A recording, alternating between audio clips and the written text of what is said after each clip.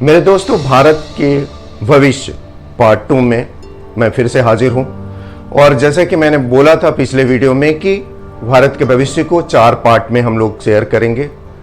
और मैंने ये भी बताया था कि हमारा देश 3 मुख्य चैलेंजेस से गुजर रहा है, और यदि इन चैलेंजेस को हमारा देश एड्रेस कर दे तो इसकी इकोनॉमिक पोटेंशियल अनलॉक हो जाएगी और महान शक्ति बन सकता है।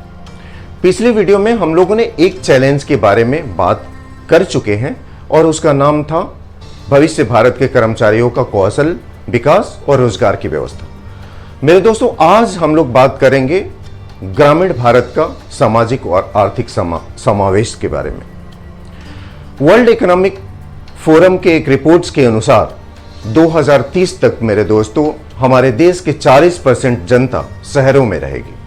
और इस रिपोर्ट के अनुसार 2030 तक हमारे पास करीब 5000 स्मॉल अर्बन टाउन्स होंगे और करीब 50,000 डेवलप्ड रूरल टाउन्स होंगे। और मजेदार बात यह है कि इन दोनों टाउन्स में रहने वाले लोगों की इनकम प्रोफाइल सेम होगी। इसका मतलब है कि हमारे गांव में रहने वाले लोगों का इनकम प्रोफाइल बढ़ रही है, उनका एस्पिरेशंस बढ़ रहे हैं, आकांक्षाएं बढ़ रही है। बस प्रॉब्लम एक ही है कि कुछ क्रिटिकल एक्सेस बैरियर की प्रॉब्लम है, जिसके चलते अर्बन और रूरल डिवाइड गैप बढ़ गया है। और इस गैप को ब्रिज करने पे हमारे देश में रूरल इंडिया का, ग्रामीण क्षेत्रों में रहने वाले लोगों का, उनका इनकम प्रोफाइल का हमारे देश में बहुत के विकास में बहुत ज्यादा सहयोग हो सकता है। अब मैं ये कहना चाहूंगा कि ये क्रिटिकल एक्सेस बैरियर्स है क्या। इसको 3 पार्ट में दिखाया जा सकता है कि क्रिटिकल एक्सेस बैरियर में पहला जो है फिजिकल कनेक्टिविटी। फिजिकल कनेक्टिविटी में रोड्स, ऑल वेदर रोड्स की व्यवस्था नहीं है। बारिश के दिनों में बाढ़ आने के चलते रोड्स डूब जाते हैं, कनेक्टिविटी कम हो जाती है।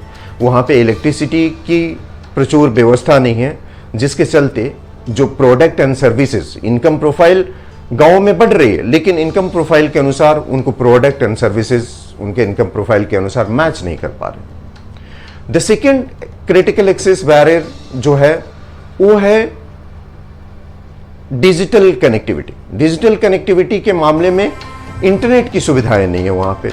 और तीसरा critical access barrier financial inclusion, banks की व्यवस्था नहीं है।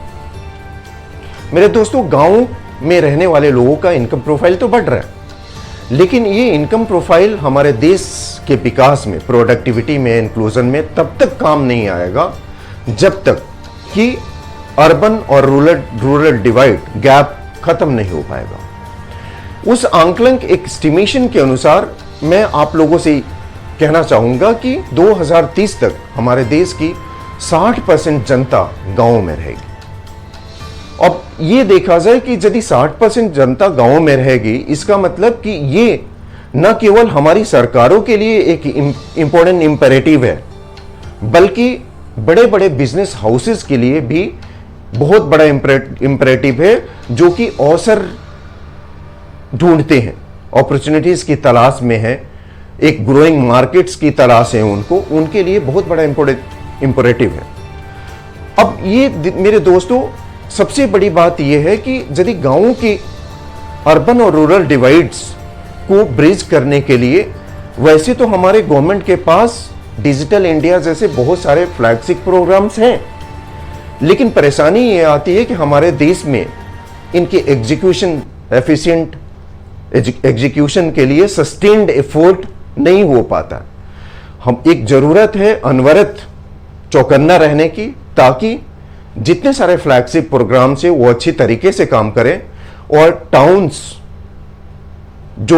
है, अर्बन, स्मॉल अर्बन टाउन्स और डेवलप्ड रूरल टाउन्स, उनकी गैप जो है वो ब्रिज हो पाए, और इस तरह से अर्बन रूरल गैप को खत्म कर दिया जाए, ताकि हमारे देश में के विकास में, प्रोडक्टिविटी में, इंक्लूजन में हमारे ग्रामीण भारत का योगदान हो सके।